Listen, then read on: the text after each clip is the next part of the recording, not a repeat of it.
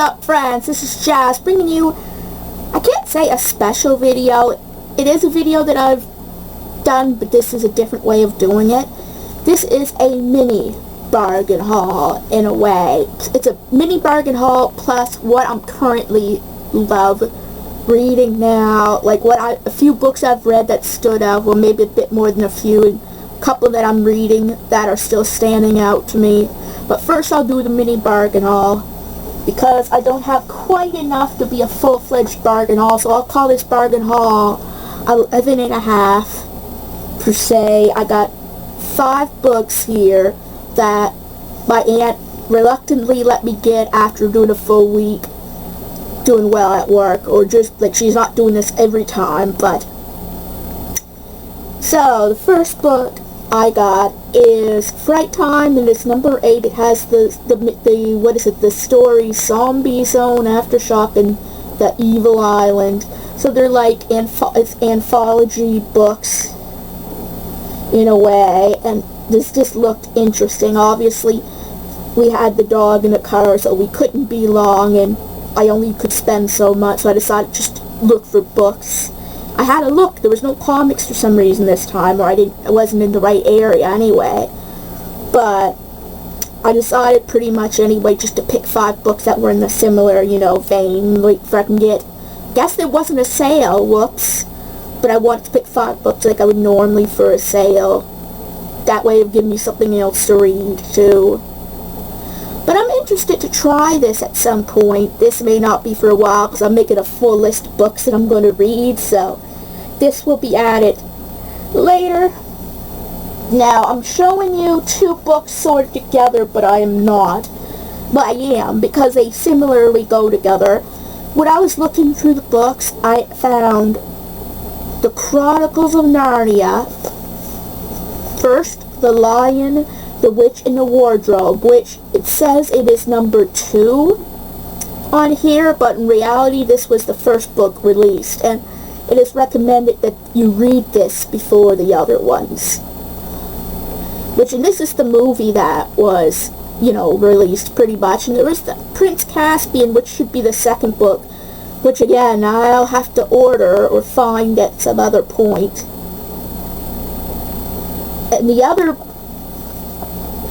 and this doesn't, I guess this isn't as hard to read as I thought. Right. So I find it interesting. Either this is an easier version of it, but hopefully it still has the same contents if it is, but they look about similar. And the second one is the second to last book normally released, which is The Magician's Nephew. Now, this says number 1, but they're talking chronologically. So chronologically, this took place before any book in the series, in a way. But it is recommended you read this 6th. So this will be a bit of a dilemma. I'm definitely not reading it first, but if I don't get Prince Caspian before I finish that, then I will read this. We start to anyway. But I'm going to try, if I like the first one, if I know I'm going to like the first one, I'm going to order Prince Caspian, for I could at least read some of it anyway. But I heard this is a good series, that it was out before even Bridge to Terabithia, which, I'll have to get to later. This book here I got is a bit of an easier one, Fantastic Mr. Fox. And I actually kind of like Roald Dahl novels. What I'm really looking for is Matilda. In a way, I got The Witches. Figured there'd be pictures in this one. Although I'm impressed, there's more words than pictures. I mean, yeah, there's some pictures, right? But this is more of a middle ground book, I think, for young children. This isn't like, just the short little one with mostly big pictures. But this isn't something normally would be for my age. But you know what? As I said, if you read, then that shouldn't matter, right? Like, just enjoying the simple things like this a little bit. And I'm looking forward to reading this. Maybe I'll put this in between as a short little read.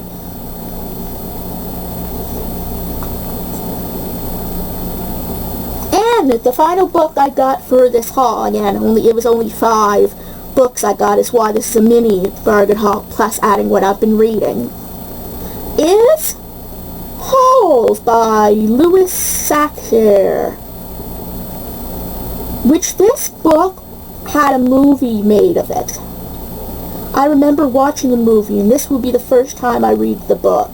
Now, this book is, I'd say, I've read some of it, and it does not seem that bad.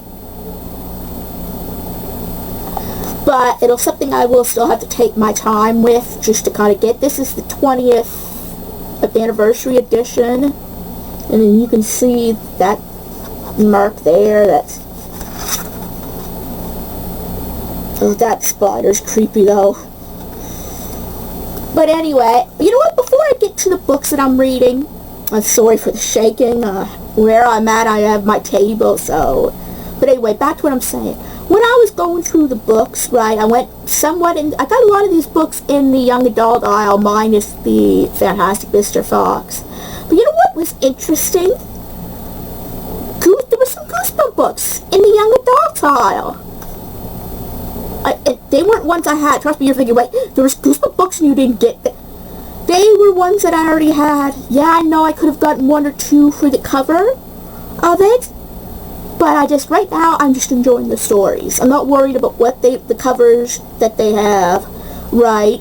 The only reason I got before the Haunted Mask and the Ghost Next Door is not only the cover, but it was a different language. So there was completely different. I still wanted to get the one for the story, but that was completely unique, where these ones were English, right? And the covers were just different. So I kind of just justified it. Even then, I didn't get the French ones right away. I was lucky they were there, right? But my point is, the young adult aisle, you found Goosebumps books in aisles like for this, which again is probably, if this is the more mature, you know, I would say this is, I wouldn't completely call this a complete, no, I guess I would call it a young adult, but it would probably be on the easy side for a young adult. But it was also in the same aisle as this. Again, this is Scholastic though, but this is a harder one. Yet, the wait, no, I think I did see a Lemony Snicket in the young adult aisle. Or was that the children's aisle? But my point being, yeah, I've seen Lemony Snicket in the children's aisle. So I'm kind of like, will I say I don't think Goosebumps belongs in young adult? I would say Goosebumps is a high children's book. You know, a high-age children's book. When I say high age, I mean like 10, 11, I meant. A young adult is like, what, 13, 14 to 16 years old? Just saying. Like, I could be completely wrong. Goosebumps could be spooky, but that is... I would put the Lemony Snickets into the young adult aisle before I'd put Goosebumps. Because I'd say the Lemony Snicket is a high children's book as well, but young adult. It's, you know, I'm just saying, from reading the series of unfortunate events, it's pretty dark. Despite, yes, they give you the warnings, put the book down. Again, wonder what that says about my personality, that I don't even think of putting it down, and I just go, ooh, what's coming next? But I'm at the fact that I know it's a story, right? Despite how tragic it is, it's a story. And an entertaining story. So, let's get on to the part of the video. Yeah, I know, 9 minutes in. But hey, normally a Bargin Haul is that or longer, so... Going on with what I actually am currently reading, which I am enjoying, Monster Blood 2. I actually really enjoyed the first Monster Blood, you know, in the series. This one, well, so far I'm like this far into it. Like,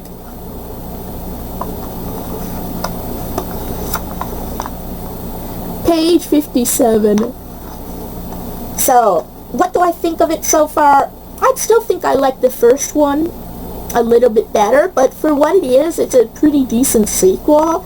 I definitely think, I don't know if I like it more than like there was an episode, but you know what, backtrack. Yeah, I know. Again, I was backtracking these. In the actual TV series, they do not publish, they do not do an episode on either this or the other two, books. They do one on Monster Blood 1, and yes, you could say, oh, but there's a monster, another Monster Blood 1. That's not even based on them. It's a completely new concept, a new idea than these books. How do I feel about that? I actually have some mixed feelings about it, because the sequel episode is pretty good. It kind of makes me sad it wasn't a book. I mean, again, I don't know if I'd like that episode more than I actually like this book. I mean, I'd have to finish it to be 100% sure, but right now, compared to the first Monster Blood, it's kind of underwhelming. In a way, it's more of, oh, Evan's being bullied, oh, no one believes him about Monster Blood, and so on. But I suppose it is going to get better in a little bit. It gets just the start. It's slow. We talk about, oh, poor Evan, and the teacher's a meanie, somewhat. Actually, I don't quite know how to feel about Mr. Murphy either. He does seem to be picking on Evan, but at the same time, he seems to have some common sense, right? Like, Evan is, to him, like, the fact is, Monster Blood is something that, like, I wouldn't blame people not believing, right? And I know it's true in Evan's case, and it traumatized him, and I feel bad about that. But Evan is acting all upset that no one believes him. Like, how could they not believe him? I mean, I don't know how to say this. We're lucky. Evan is lucky the treatment he's getting is the worst he's getting. Because if someone were to go, oh, this monster this Monster Blood kept growing, oh, and my dog grew it to a giant, size of a giant house. You know what the normal and appropriate reaction would be? Slam! Yeah, maybe it'd be better if I include that, but would be this is a children's book, so they wouldn't go that far. And again, we know, the readers know what actually happened, but their reaction to it is appropriate. We'll say. I mean, I don't like the bully very much, because he's a little bit of an asshole, but even the teacher, I can't say is the worst person in the world. I mean, the only thing Evan gets, like when he gets into trouble, the only thing that happens is that he has to clean out the hamster's, which name is Cuddles, cage. But yeah, as I said, I so far I am enjoying this book, despite how it is kind of more campy is the right word for it than the other one. But I mean, really, look, if you were to look at this face, imagine this being the first thing you see waking up. I'll admit, that is a creepy hamster. I mean, the fact is, I don't know if the Monster Blood made the face uglier, or if that was the face to begin with, because if that was the face to begin with, something else is wrong with this hamster. But this is Cuddles. Yeah, I don't think I'd want to cuddle that thing. Another book that I'm reading now, Vamp the Lost Soul, Volume 2. Now, I finished rereading Volume 1, and I'm enjoying it. As I said, like, it's a harder book in some ways to read, because I'm not used to the manga format. I sometimes have to just scan the whole page. Well, I mean, I don't just assume, like, I'd scan the page a couple times, and then I know, okay, this is what order it is. And then I make sense, or I read it the way I think it should be read, then I scan it and like, okay, no, it should be read this way. But the story itself is really good. It's just that I have to get used to reading, the manga, even though this isn't Japanese, not in that sense of the word. It's in the Japanese style where you read right to left, I believe.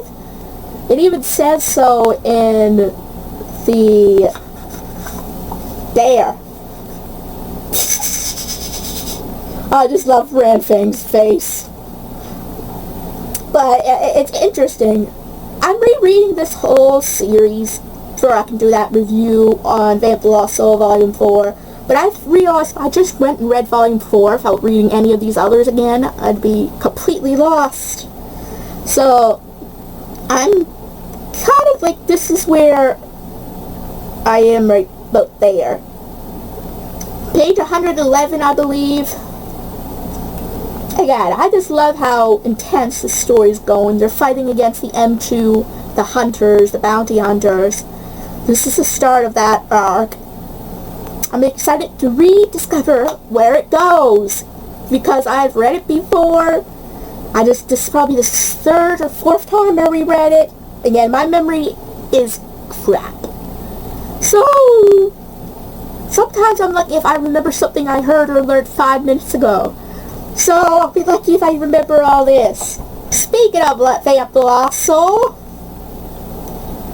I really enjoyed Volume 1. This was literally the start of it. I loved meeting the characters. It was tragic, like the circumstances the main character goes through, Nika. Sometimes it's hard to pronounce the name, so I'm sorry. But if you guys haven't read this series, I highly recommend that you do. It gives you a good insight on those two with disabilities to a degree. I mean, it's more than just that, guys. There's action in it. The only warning I would give you guys of this series is if you are sensitive to swearing and violence, I'm afraid this would not be for you. Not trying to deter people from getting it, but just people, I mean, check it for yourself. Like, check reviews, watch different, ideas so you'll know what it's like. But the language is colorful, to say the least. So, if you're sensitive to language, like profanity, yes, skip it. But I'm not sensitive to that. I mean, I find it interesting as the character. But I just love the way the arc has started with this. Bridge to Terabithia. Sad story. That's the biggest thing. Sad story now, guys. I would say be careful for spoilers, but you know what? Everyone by this point knows. Leslie dies in this one. And the thing is, though, when I say sad story, it's not sad the whole way through. I mean, there's some moments like the bullying and Jess's somewhat trouble at home. It's not as bad in the book, I don't think, as in the movies in a way, but he has a little bit of self-doubts, Jess. But it's mostly more innocent in a way. Like, they travel and they go to their own little world, Terabithia, which again, this mentioned Narnia in it. So Narnia predated the story, right? By at least 20 years. So it's, as I said, it's very heartwarming up until Leslie dies. So that's a warning for you guys. If you're sensitive to that, don't read this. But it's a book, though, I really honestly think everyone should read once in their life. Because it teaches you a lot about friendship, and like true friendship, and as I said, I think I said enough about it, like, without completely going into everything about it.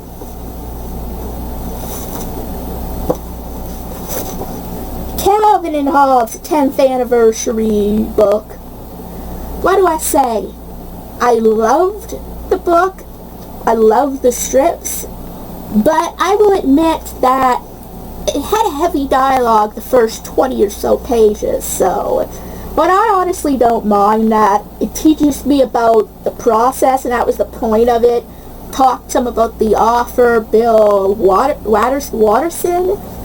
I just loved how he made, how he made a kid's imagination, a kid's world, but still make him sound like, how do I put it? Calvin always seemed smart for his age to me. Smarter than me in some ways, and I'm 30, almost 31, so. But I just love the cute relationship between Calvin and Hobbes, and I love learning, again, the whole process of the strip and the author's ideals, in a way.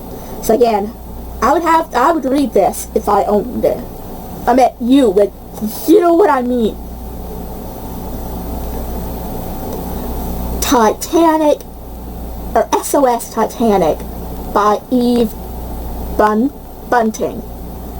Now guys, I will say this now. This is a terrible Titanic book in a way. I know this should put you right off it. When I say this, I'm not saying this is a terrible book. It's a great book. I gave it 4 out of 5 on, was it Goodreads. You fall for the characters. You want to know how they end up.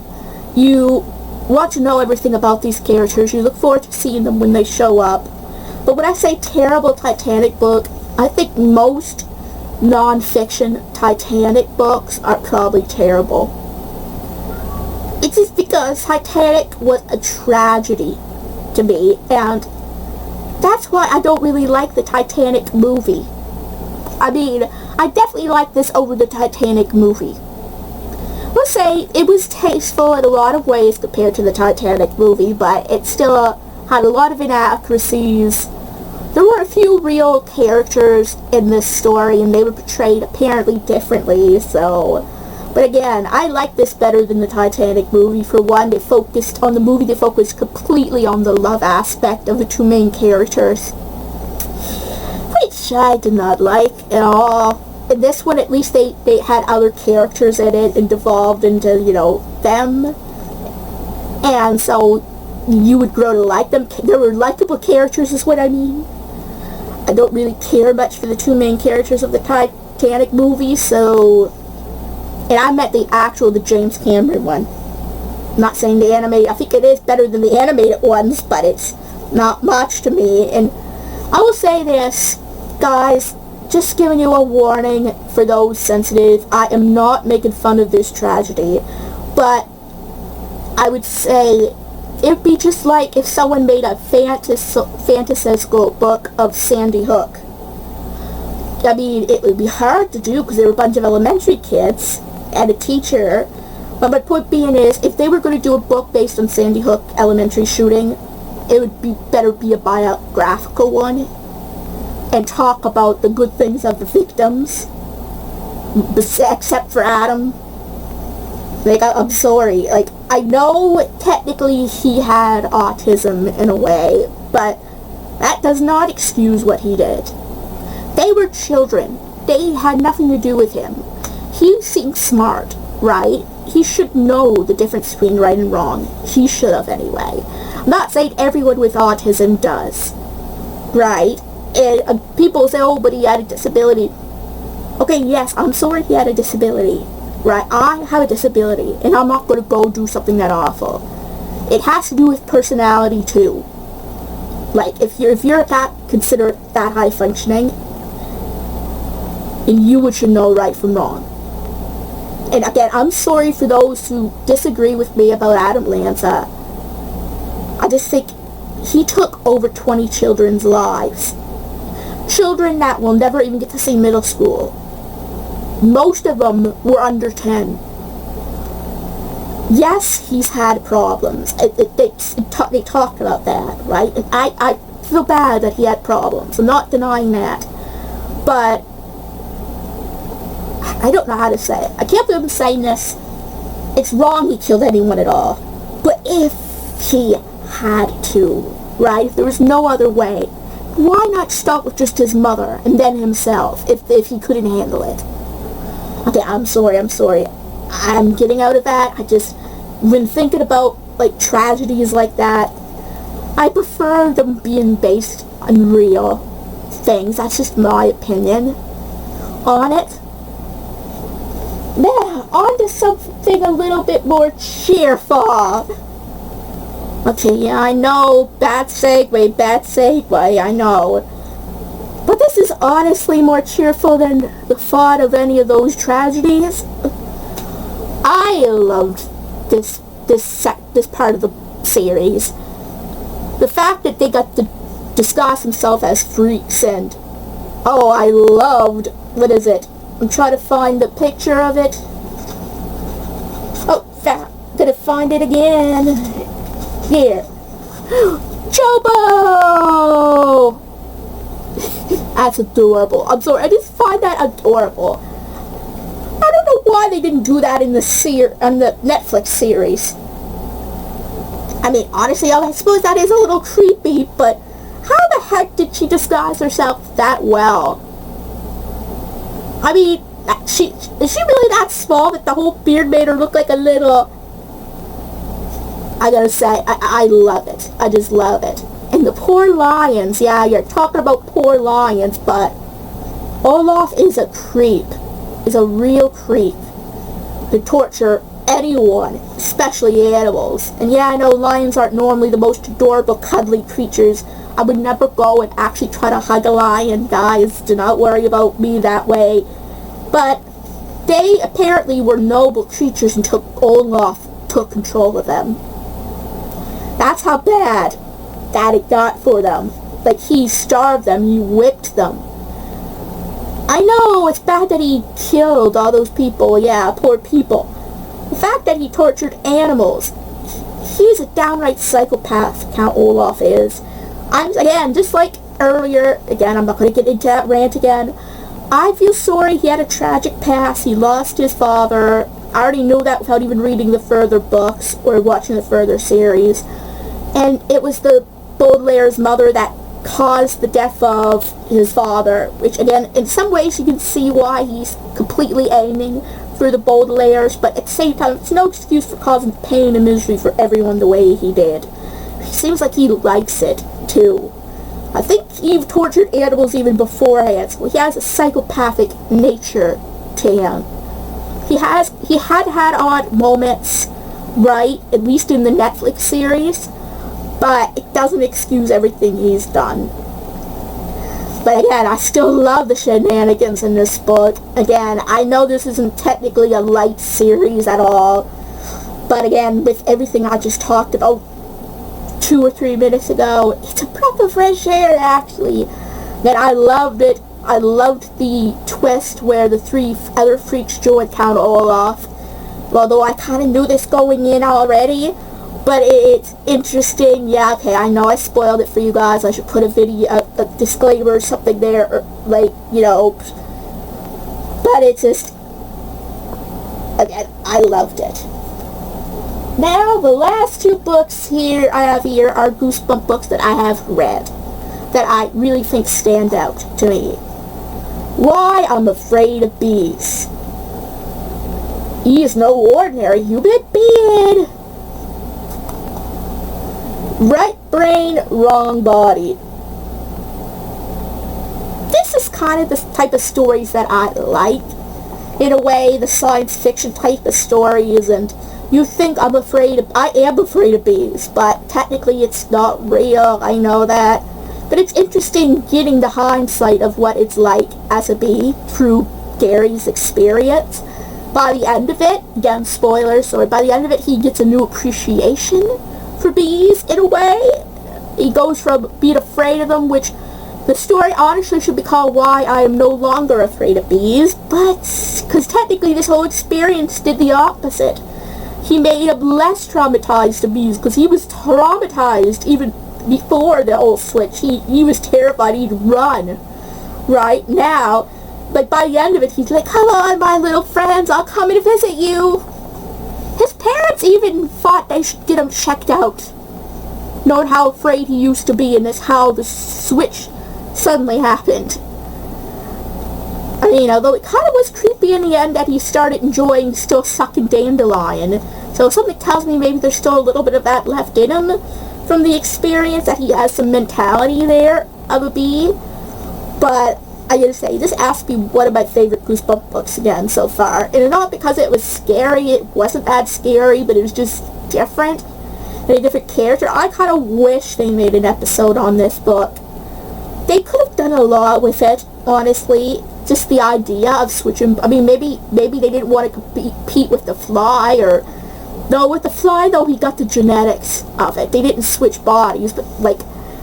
And maybe they didn't want to copy something on the screen that would get them sued. I don't know.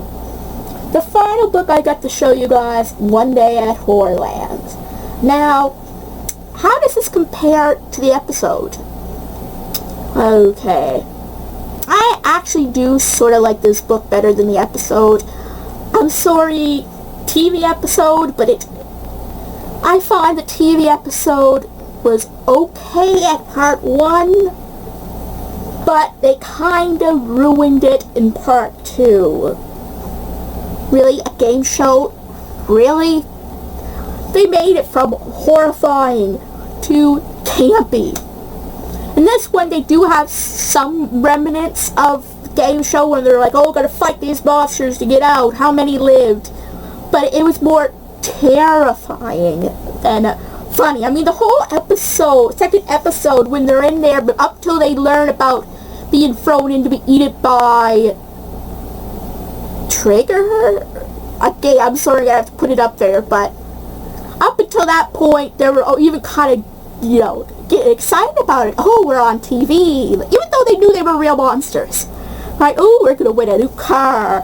And then the kids get thrown worms at them because they lost, technically, right? And they were not terrified until the saying said, the Morris family is lunch. And even then, at first, they were questioning it, but then they're like, you know what, okay. But what I find so stupid is the father was like, kids, it's just a game show. Think about the new car. Or, oh, Morris, there's no way we can lose. Really? The parents were stupid in that episode. In this book, they have more sense to them. They get away. The only thing that is a little dampened, you know, in the book, which again, I can't even deduct real points from it because the TV show did it far worse, was at the end when the horse says, here's your tickets for next year. That, you know what, that didn't even make me really mad though, compared to the episode, because that was one little campy thing, 5 seconds of the whole thing. Now, what book I felt did that completely, that I really hated, was You Can't Scare Me. That was okay. That was pretty good up until the ending. The ending dampened it that much. Where they're just like, it's just like, monsters! Almost felt like a comedy routine, and then a couple weeks later, what? It just ended that abruptly. Like, what? Alright. Again, I can understand why people do like You Can't Scare Me, but to me, just the ending completely ruined it for me. Is the episode any better? No. That's what's sad. But anyway, guys, as I said, I really enjoyed showing this mini bargain haul, and all the books that, well, not all of them, but some of the main books that I'm enjoying reading. So anyway, guys, if you enjoyed this video, give it a big thumbs up, and if you're new to this channel and like what you see, please subscribe. It would help this channel a lot. And don't forget to hit the bell notification so you'll know when new videos are coming out. And I'll see you guys in my next video.